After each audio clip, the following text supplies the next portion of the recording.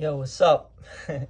We're gonna do, this is Guitar Superstar. We're gonna do our third lesson today.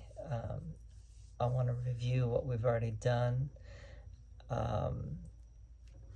and we're gonna cover some new ground. We've been learning the chords.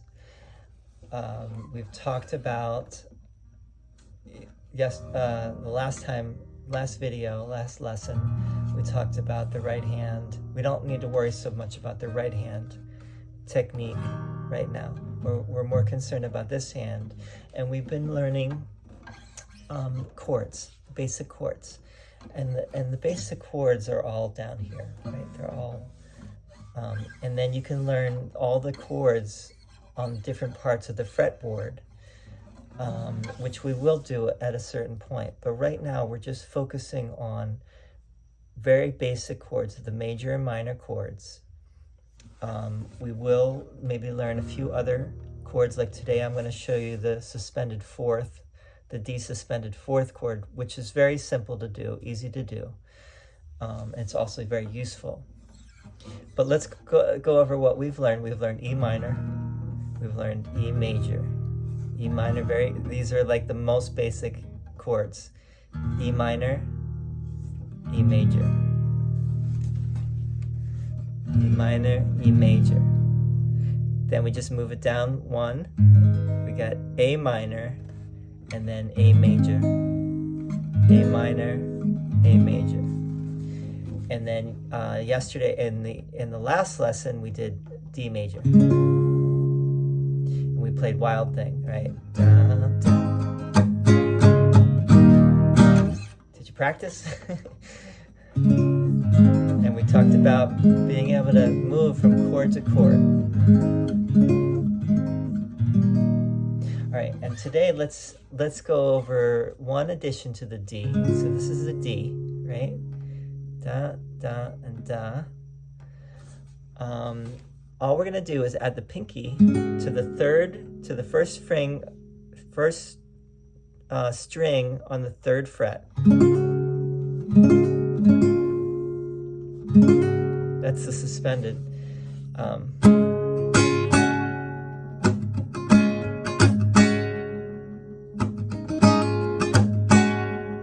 What I just did there, by the way, was a hammer-on. I hammered this finger. It's called a hammer-on, where you go.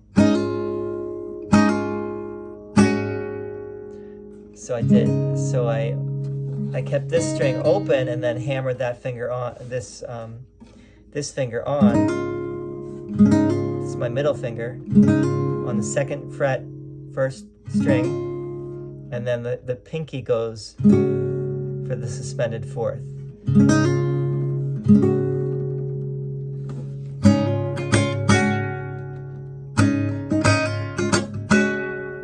Probably heard that a lot in different songs, right? Okay. Now, today, so that's a suspended fourth, and that could be a lot of fun. And you could do suspended fourth, like on the A major, the suspended fourth would be like this. And if you want to do that hammer on, so you just add the pinky there to the third fret, second string.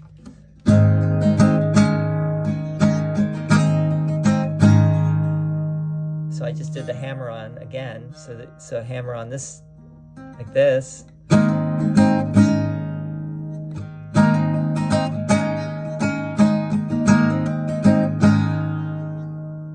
Okay, and on the E, so that's the A major, A, and then A suspended fourth.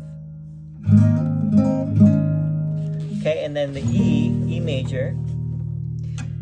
Again, the pinky is going to be on the second fret, the third string from the bottom, which is the G string. So it's like.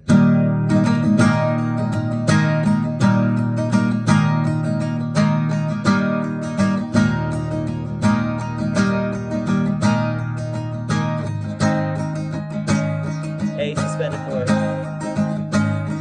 Back to the E. Then the D.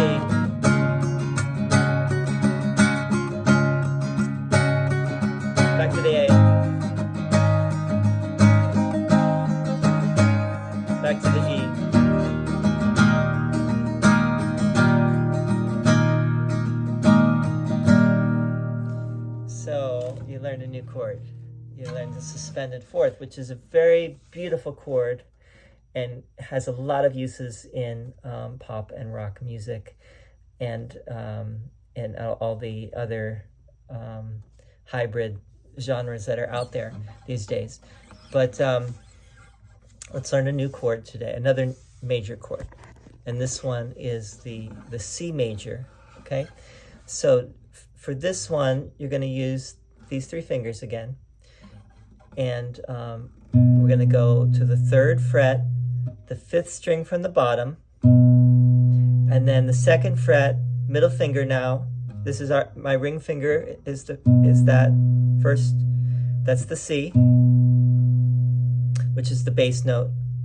And then the middle finger goes to the 2nd fret, the 4th string from the bottom, which is the D string, and the pointer finger, the forefinger, goes to the 1st fret, the 2nd string from the bottom, which is the B. And you get this beautiful chord, which is the C chord.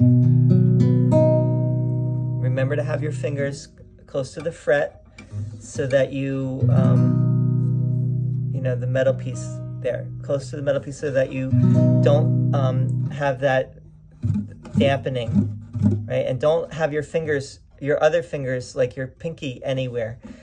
And the other thing to keep in mind, if you're having trouble, a lot of people kind of do this when they start playing, is they put their fingers like this, but you actually want your fingers more like this so that you don't dampen the strings. Otherwise, you're going to dampen the strings. You want to have your fingers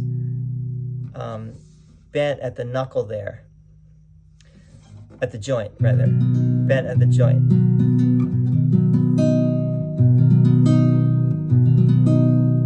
Okay? Now, just like, remember the E, right? And if you move the E down one string, all the fingers down one string, you get the A minor, right? So you have E major, A minor, just moving it all down. Now with the C, here's the C.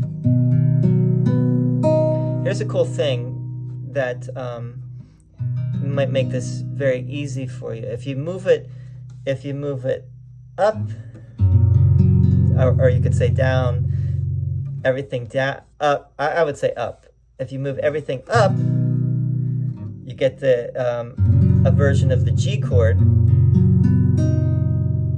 but it's really the G chord is that. We're gonna do this more, but just for now.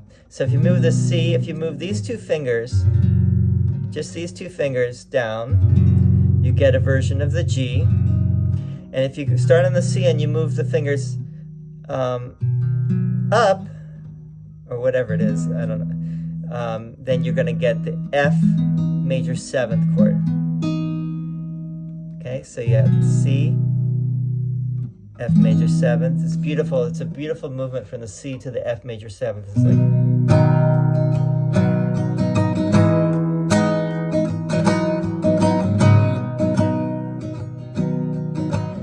I'm adding some little embellishments here, but...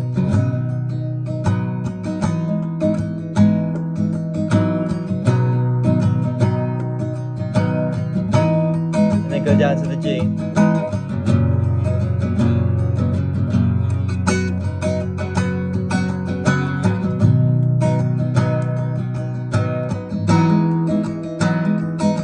See that hammer on I'm doing? Doing the hammer on with the C and the hammer on with the F with that middle finger.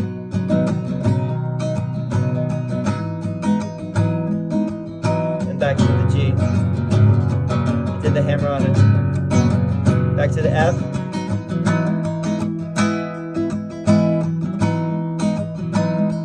Back to the C.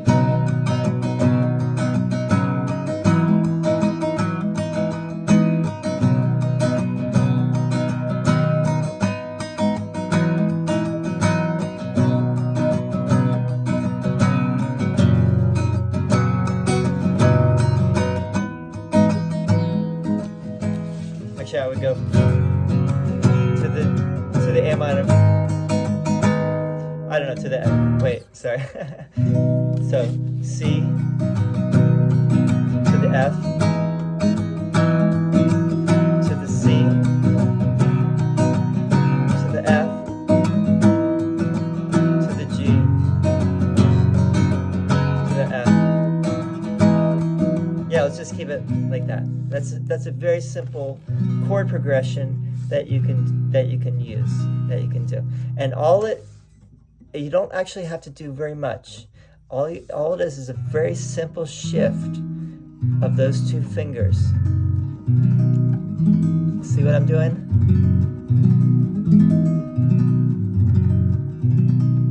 Okay, and that's a great way to start learning all those chords, the C, and then the F, and the G. And we actually have not learned the full chord yet. We're learning some variations on those chords, but they're great variations. And that song is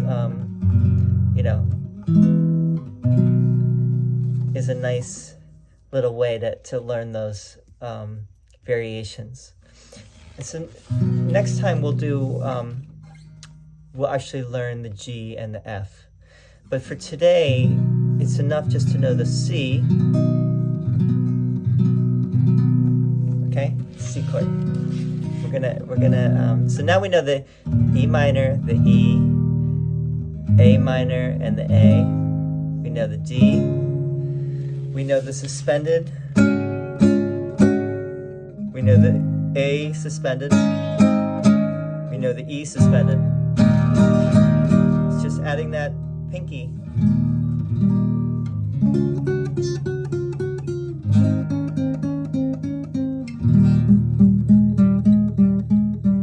And you're always adding it to the lowest string, that pinky, on all these chords.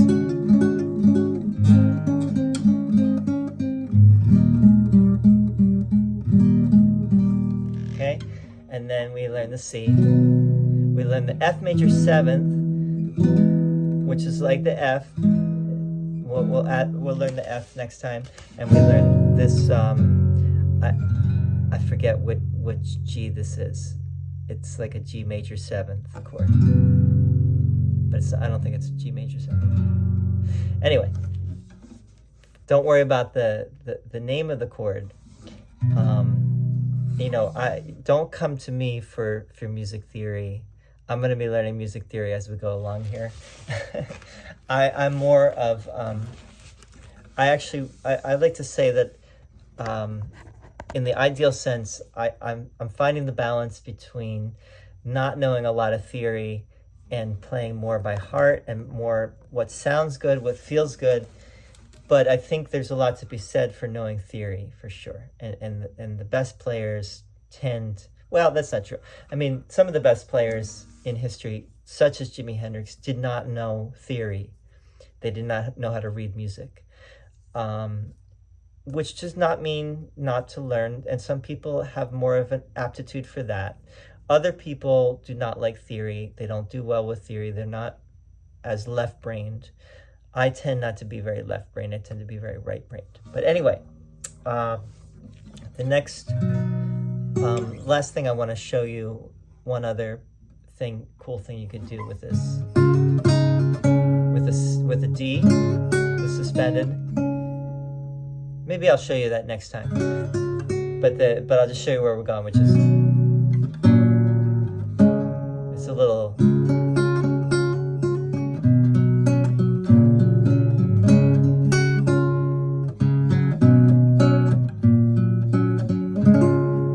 Go over that. It's a nice little progression from the D suspended, D major, D suspended, down to a C that is also a G, and then a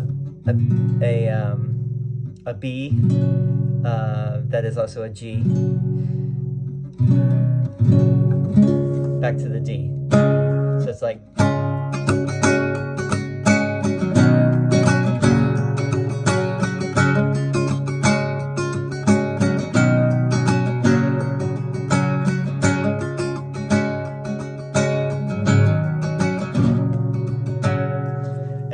course, I'm doing a lot of little tricks, little hammer-ons and things like that. And that comes, a lot of that is comes with time and comes with practice and comes with listening and what sounds good. And sometimes it's not things that you necessarily can learn theoretically. It's more hearing it and feeling it. So that's one thing. If it is anything that will be a theme, it will be an ongoing theme here, is finding the balance. The balance between, first and foremost, what sounds good and what feels right and sounds good, and then, you know, then you can talk about the theory later, and sometimes the theory really helps, knowing theoretically what else could go, where else you could go, because sometimes you get stuck and you kind of have a block, and the theory actually can help in that regard. Anyway, that's enough for today. Hopefully that was helpful. If you like the video, please like it, and if you feel like subscribing, there will be a lot more of these videos, and I hope you will find them helpful. And we'll see you next time. Thank you.